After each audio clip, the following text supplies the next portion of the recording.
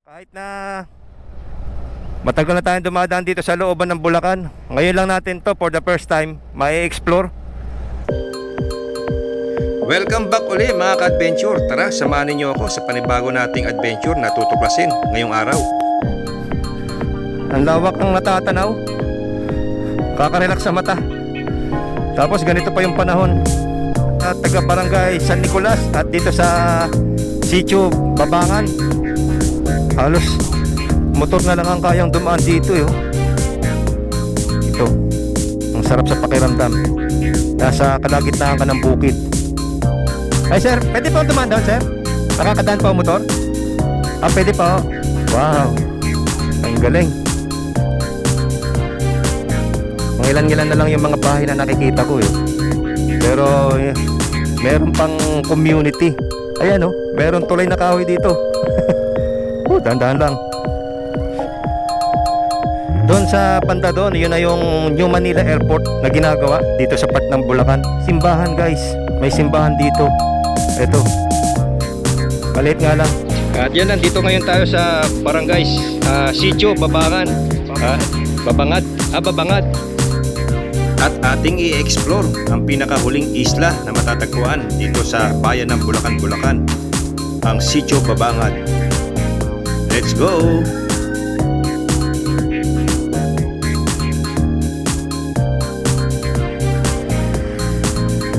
At ayan ang ating pupuntahan, yung may pupuntahan tayo dito. Di ko alam kung mapupuntahan natin kasi parang wala nang ano dito eh. Wala nang daan.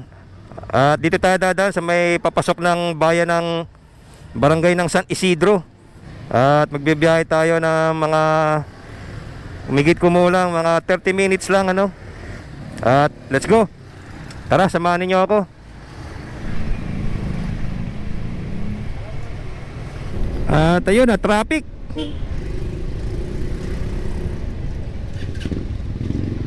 At ito ang Atlag Bridge.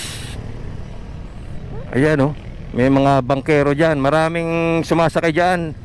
Kasi meron pang ano dun eh, mga barangay na nasa gitna ng tubig.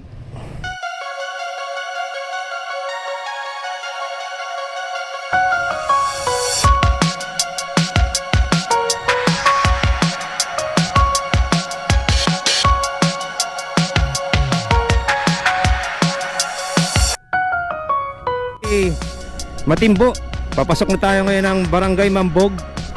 Ito ang isa sa paborito kong part dito ng Bulacan. Maganda kasi rito eh. May magandang matatambayan dito. Yan, dito sa may welcome arc ng Matimbo, ng Mambog. Tsaka ito ang makikita nyo dyan oh. Ayan, I love Mambog.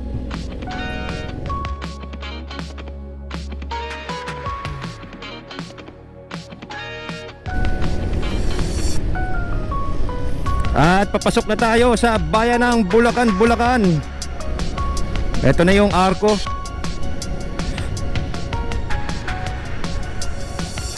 Itong part ng daan na to, medyo alanganin pa rin ito sa ano eh. Prone pa din ito sa baha pagka mataas ang tubig, kapag high tide at sinabayan pa ng bagyo.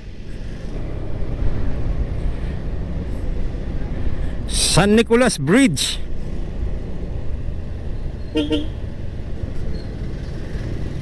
Mali tayo, namagpas pala tayo.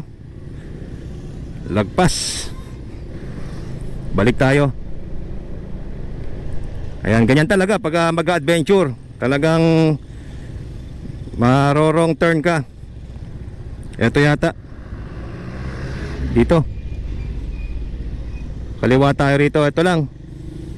Ayan, sa may simbahan ng San Nicolas de Tolentino. Ito na yung barangay hall ng San Nicolas. Ganda no? Lapit pa oh. Development Center. Ito, pasok tayo rito. Ano lang pala to? Parang two-way siya pero kailangan give and take. Kasi napakakitid ng daan. Ang liit lang oh. Halos isang sasakyan lang na ano eh. Kapag dumaan dito 4x4 na malaki eh. Wala na. At ayon kay Google Map, kakaliwa tayo. Motorsiklo, daan-daan lang po sa pagpapatakbo. Dito. Ayun oh. May mga tawiran din siguro dito. May mga bangka ako nakikita eh. Ayan oh.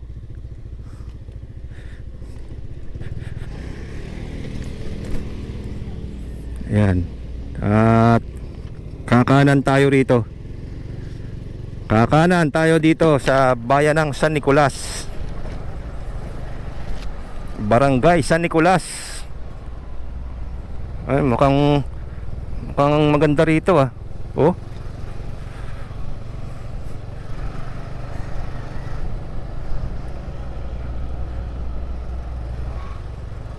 Dumadaan tayo dito sa gilid ng kanal. Oh, talagang sapat na to. Talagang makikita mo pa yung pagka-probinsya talaga ng Bulacan dito sa San Nicolas. Ayun, nagbibilid pa ng palay. Ay. Welcome, jogging road. Uy, ano pala to? Barangay San Nicolas. Welcome, jogging road extension. Si Cap Narsing de la Cruz, Sangguniang Barangay. Ayun oh. Ano pala to guys, jogging area pala to. Mukhang maganda nga rito sa lugar na to ha. At ngayon ko lang din ito napasok dito sa part ng loob ng Bulacan ano. Kahit na matagal na tayong dumadaan dito sa looban ng Bulacan, ngayon lang natin to for the first time may explore. Ang ganda rito oh.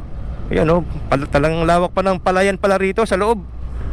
Ang lawak pa ng bukid kabilaan no. Sinilip ko lang din kasi ito sa Google Map at nakita ko. Kaya ngayon samahan niyo ako, papasyalan natin to. Ang lawak pala nito. O may mga upuan pa rito, talagang ibig sabihin natatambayan ito sa umaga tsaka sa hapon sa mga nagwo-walking at jogging. At sa mga nagbibisikleta na rin ano, isa pala tong ano, tagong lugar. Nakatagong lugar.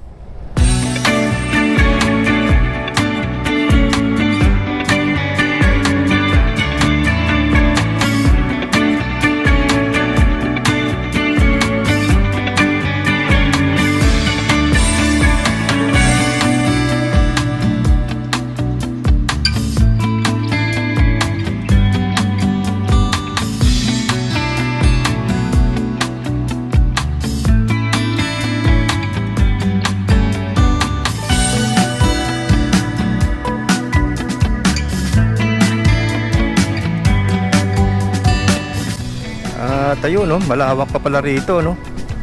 Ganda pa rito oh. Nakaka-relax naman pala rito magpunta.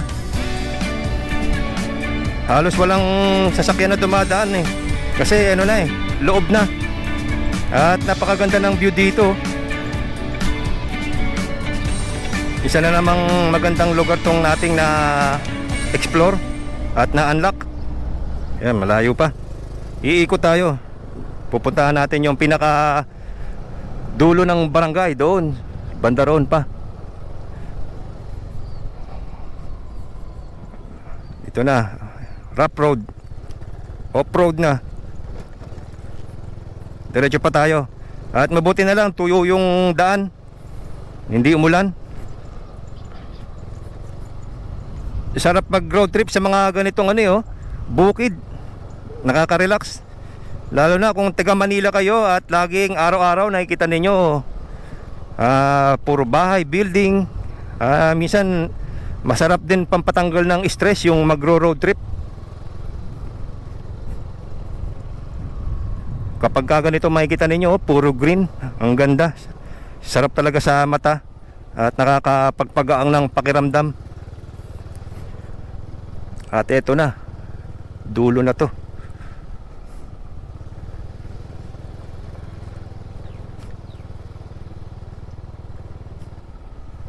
Yan, ang lawak pa oh. Ang lawak pa pala rito. Dito sa looban na to. Yun pa yung mga bahay oh. Nalayo pa. At ayun guys, kung nakikita ninyo, nandito tayo ngayon sa kaloob-looban ng barangay San Nicolas. Dito yan sa loob ng Malolos. Pumasok na tayo sa Bulacan. At ipinapakita ko lang sa inyo yung itsura dito. Na meron pa palang ganitong lugar dito sa kaloob-looban ng Bulacan. At doon, pupunta pa tayo doon. Diretso pa tayo. Kasi doon pa yung pupuntahan natin. Ipapakita ko lang sa inyo sa aerial shot yung pinakadulo ng barangay nitong San Nicolas.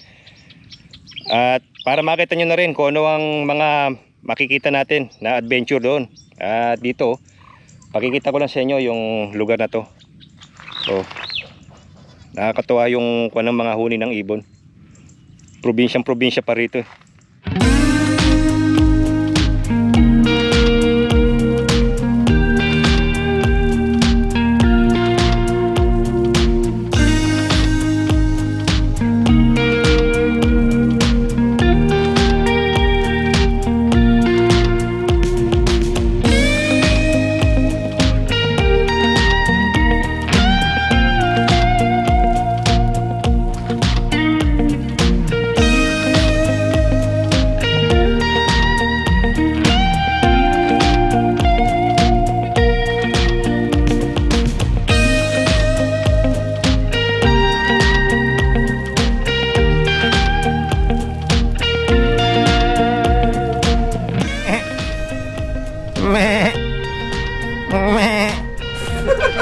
Uy, ito Apro.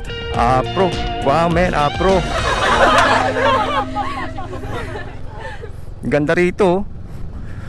Ang lawak ng natatanaw. Nakaka-relax sa mata. Tapos ganito pa yung panahon. Ayun, merong nagbilad ng palay. At diretso na tayo. Ang ganda rito guys oh. Napakaganda rito. Pwedeng mag-bike dito. At kaya lagi natin ipineflex dito sa mga kaibigan natin, mga bikers tsaka mga siklista. Kasi tatay ko mahilig mag-bike. Minsan yung mga binablog ko, pinupuntahan nila kasama yung kanyang mga barkada sa pagbabike. Kaya lagi kong naipeflex na sa mga kaibigan nating siklista. Yan oh.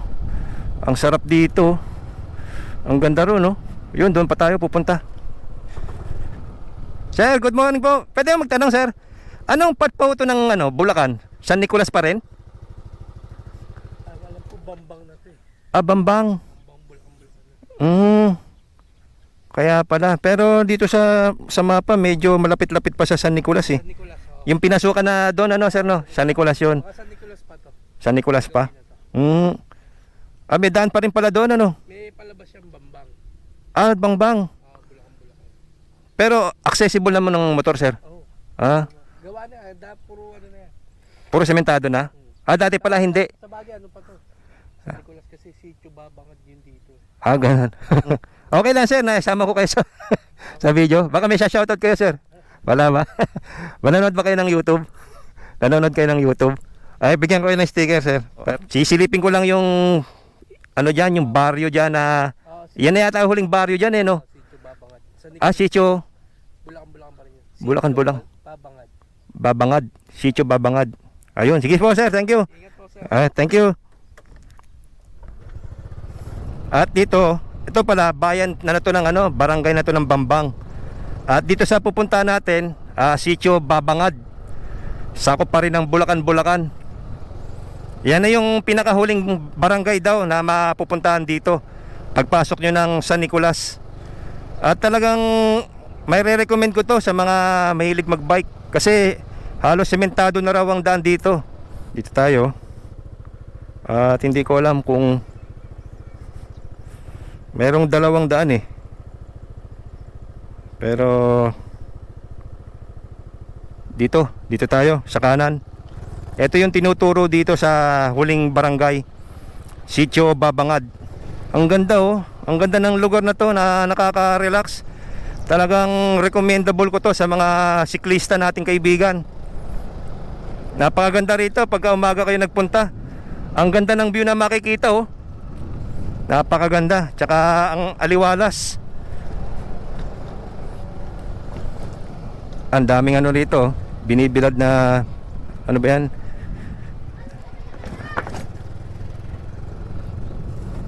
Kalimutan ko na tawag yan, ha. Wala, medyo mahaba tong daan na to. Babaybayin natin to, guys. Ang galing ng bahay, oh. Ang ganda. Ayos yung bahay, ano. Kulay green, nagawa sa kawayan, pininturahan. Ayan, oh. Ayun, masaya pa siya, oh. Tumatakbo pa. Sarap sa pakiramdam, oh. Ang haba, oh, ng makikita mo, oh. Ang layo ng matatanaw. At buti na lang may napagtanungan tayo kay sir. Shoutout sa iyo, sir.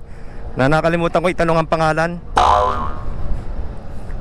Nagbe-break in daw siya ng kanyang motor, siguro bagong overhaul. At ayun na, malapit-lapit na tayo. Nakikita ko na yung Sitio Babangan. At ayan, putol ang daan. Di ko alam kung makakadaan tayo. Sige, diretso tayo. May nakikita akong bakas ng motor, eh. Problema lang nito, baka wala tayong anuhan doon, likuan. Pabalik. Lumit na yung daan.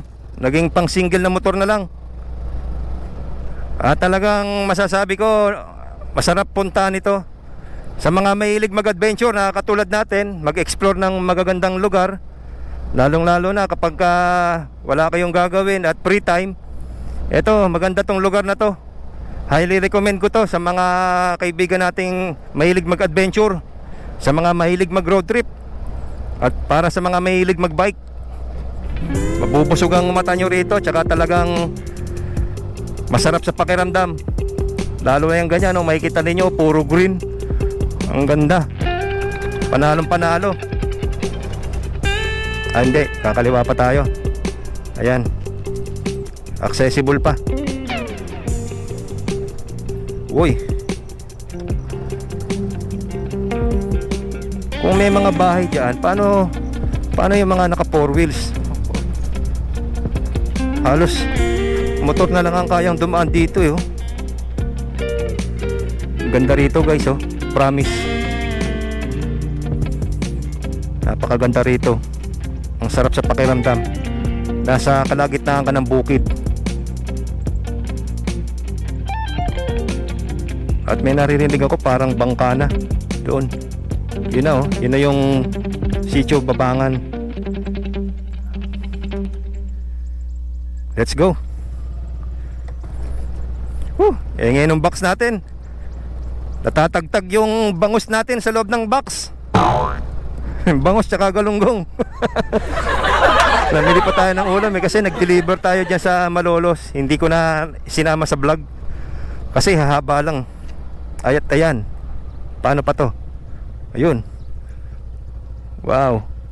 Ito, may mga palaisdaan dito. Napaka-presko naman dito. Ang sarap naman balik-balikan ng lugar na to. Napaka-presko. Tsaka napaka-aliwala sa mata. Ang lawak kasi, tsaka ang ganda ng matatanaw natin dito pag nandito kayo. At maraming salamat. Sinamahan ninyo ako sa adventure natin. Ang ganda. Meron na naman tayong isang lugar na natuklasan, na pwedeng puntahan, pwedeng pasyalan. At napakaganda ng tanawin na makikita, no? Ay, wala na. Mukhang end of the road na dito. Ay, sir, pwede pa dumaan down, sir? Makakadaan pa ang motor? Pwede pa. Hanggang dito sa sitio, ano? Sige po. Apo, thank you, sir. Nag-explore lang, sir. Thank you po. Pwede pa raw dito. Akala ko hanggang dito na lang. Ayan na lang yung mga Sitio Babangan, no. Dead end na raw, wala nang madadaanan dyan. Pero explore pa natin to.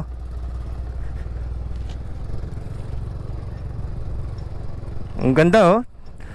Kita mo naman, saan ka makaka-experience ng dadaan mo yung motor mo sa pilapil na ganitong kakitid ang daan. Pero sementado naman oh. Kakaibang experience to, sarap dito. Natsyempohan pa tayo na ganito yung panahon. Babalanse ka lang talaga rito. Kasi pupulutin ka sa tubig pagka nahulog ka rito. Ayan oh. Wow. Ang galing. Mangilan-ngilan na lang yung mga bahay na nakikita ko eh. Pero meron pang community. Maniwalat kayo dito. Meron mga ganitong lugar na nag-i-exist dito sa Bulacan. Ayun oh. Dahan-dahan lang. Kailangan talaga balanse. Oh. Ayan na. Hanggang dito na lang tayo siguro. Ayan, may mga lokal dito. Ang ganda. Sir, pwede pa makadaan dyan motor? Pwede pa? Doon. Sige po sir, thank you. Pwede pa raw. Tawid tayo rito. Explorein natin. Ayan oh, meron tulay na kahoy dito. Dahan-dahan lang. Talagang adventure na tong pinuntahan natin. Sir, thank you sir.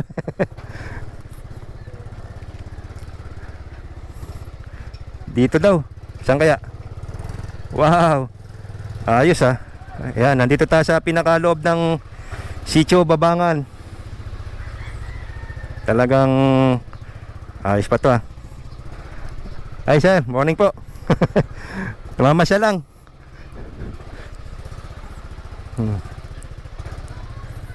Ayan. Oh. At least naipakita natin sa inyo ang itsura ng Sitio Babangan. Ay.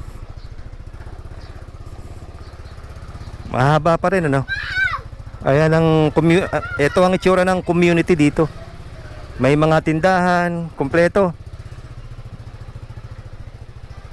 Marami ko yung kapitbahay. Ayan oh.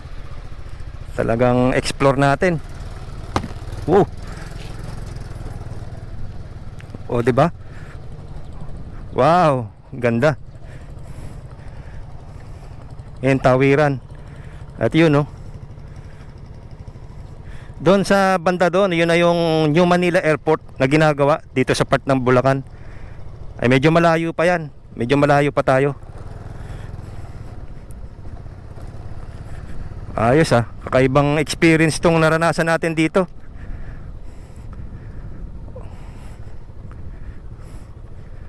At may simbahan guys. May simbahan dito.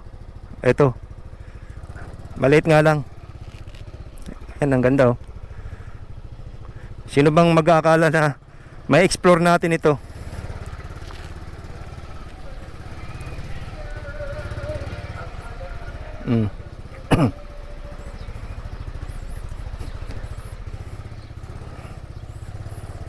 Kapunta tayo hanggang saan tayo pwedeng pumasok. Ang tahimik no? Tahimik ng neighbor.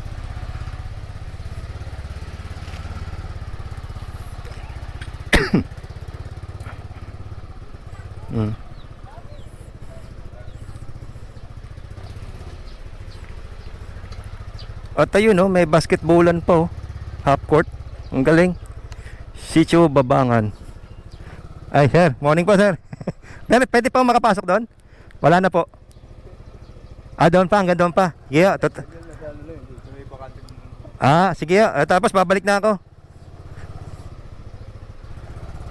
Ayun na. Morning po sir. Wala na, hanggang dito na lang daw sa may... ito na nga. Ito na yung sa tingin ko pinakadulo. At wala na tayong mapupuntahan dito. At yan guys, pinakita ko lang sa inyo yung bago nating na-adventure dito sa Sitio Babangan. Sa may Bulacan.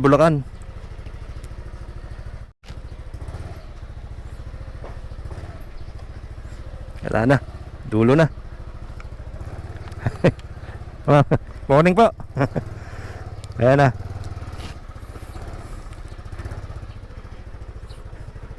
Ayun. Sir, thank you.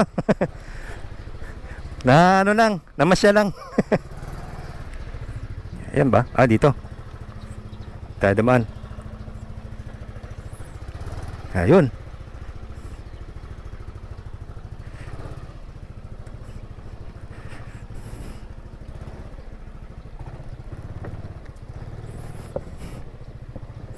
Ang galing.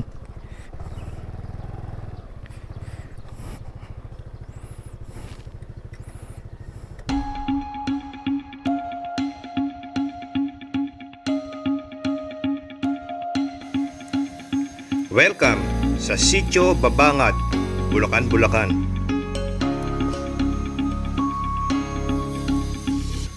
Sino nga naman bang mag-aakala na meron palang ganitong isla na matatagpuan dito sa bayan ng Bulacan, Bulacan? Ito ang Sitio Babangat na matatagpuan sa Barangay San Nicolas, Bulacan. Ang hanap buhay ng mga kababayan natin dito, ang pangunahin nila ay ang pangisda at pangalawa ang paggawa ng asin. Makikita ninyo sa ating video na ito lang ang mga bahay na nakatayo dito sa isla na to. At kompleto ang kanilang komunidad. Nakakamangha, di ba?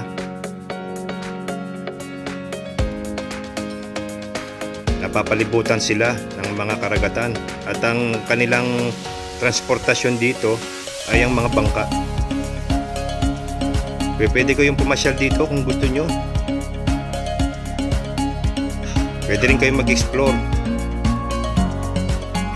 Napakaganda rito sa lugar na to. Kahit ako, nabighani ako sa ganda ng lugar na nakita ko nung pagpunta ko rito.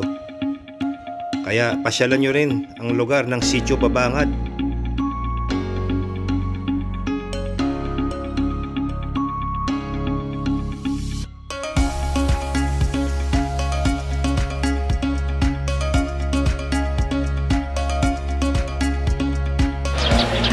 At yun, nandito ngayon tayo sa Barangay Sitio Babangan. Babangad. Babangad. Ayan sir, shoutout sa inyo sir, ano pangalan nyo? JR po. JR, ayan, Sir JR, isang lokal dito sa Sitio Babangad. Pwede lang titanong sir, paano ang buhay nyo rito pagka nagtatagulan? Hindi ba mahirap? Sakto lang po. Sakto lang. May mga bangka naman pong Kung pang-alis. pangalis, meron pa ibang lugar na mapupuntahan dyan?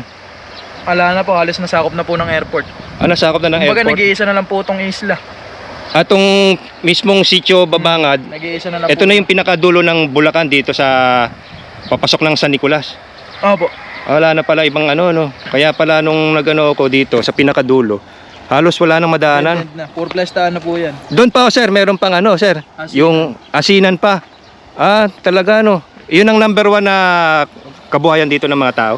Ano po, mangingisda po. Mangingisda. Puro mangingisda ng mga nakatira. Ayun Tsaka nakakatuwa ditong lugar na to. Ang tahimik, tsaka ang presko. Pagka dumaan kayo rito, napaka kunong daan. Challenging.